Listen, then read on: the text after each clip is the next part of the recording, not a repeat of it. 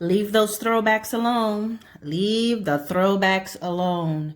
You know, when a fisherman fishes and he pulls in a fish, sometimes it's too small. There may be all types of other reasons why, he realized, I can't keep this. Throw it back.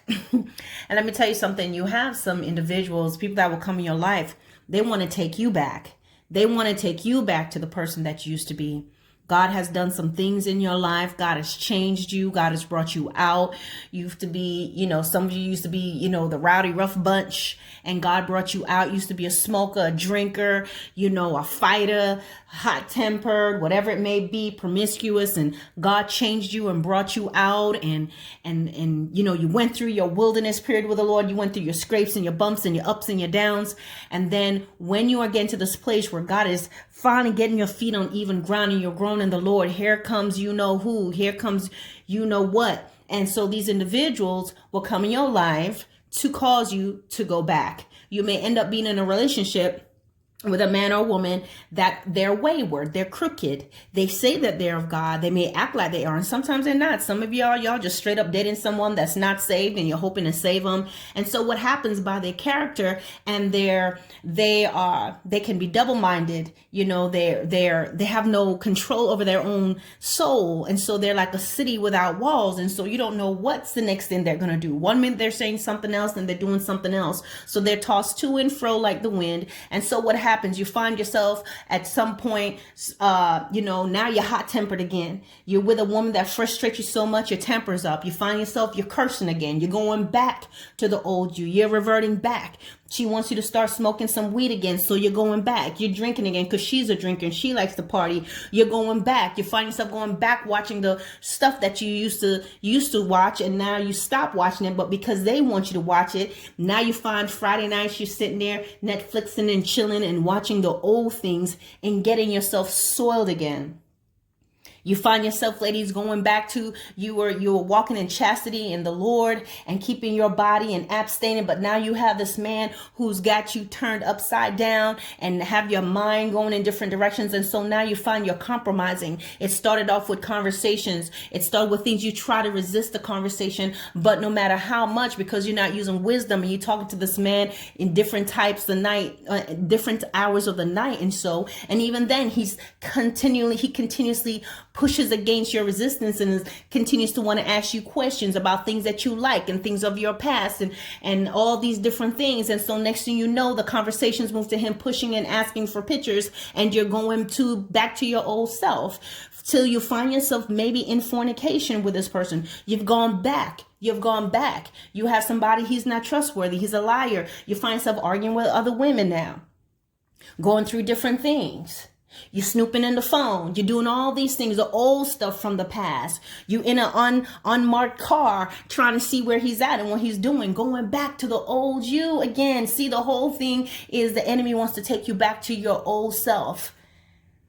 Short-tempered, quick-tempered, because of who you're dealing with, the people that you're dealing with.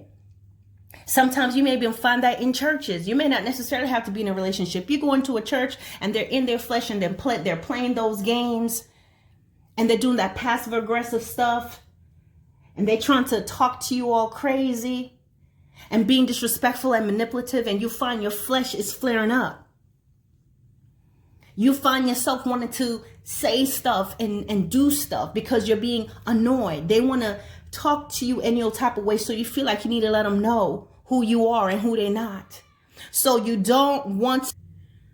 find yourself resorting. You may find yourself resorting. It's not even that. You go into church and there's an ample amount of flesh.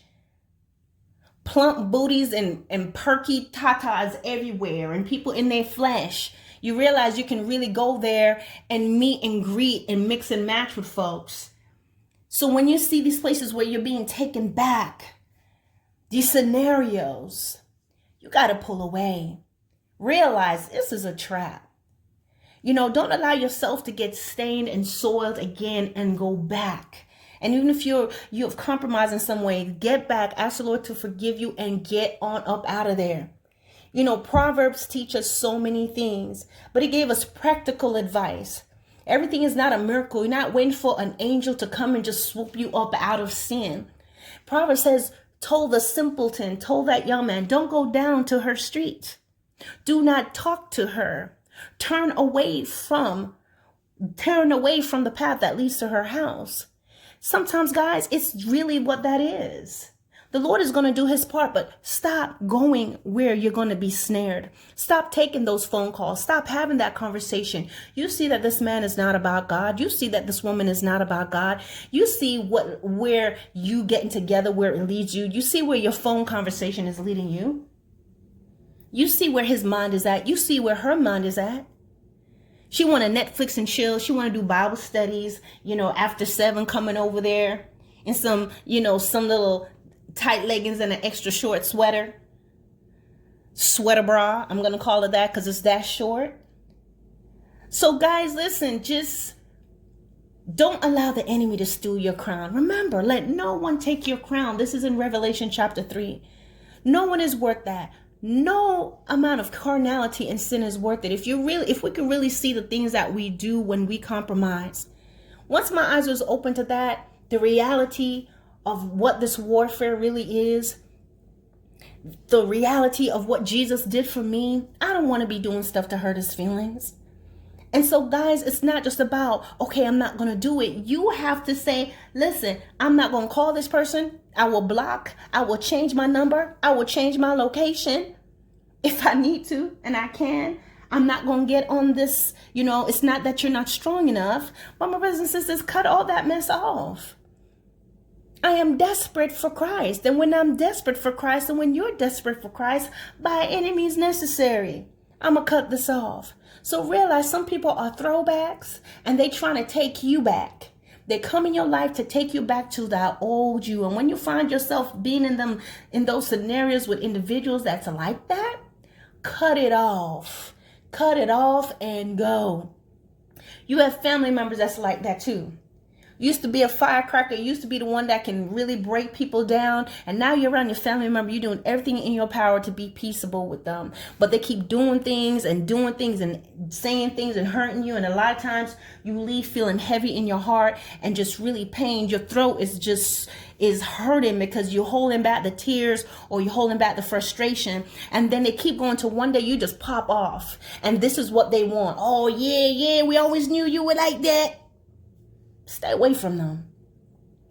They're there to pull you back.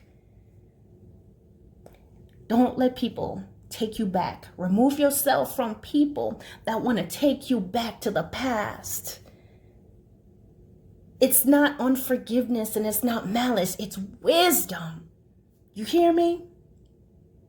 Get up, keep moving, stop looking back, move ahead, and focus on what it is that God wants you to do in this life and in this walk.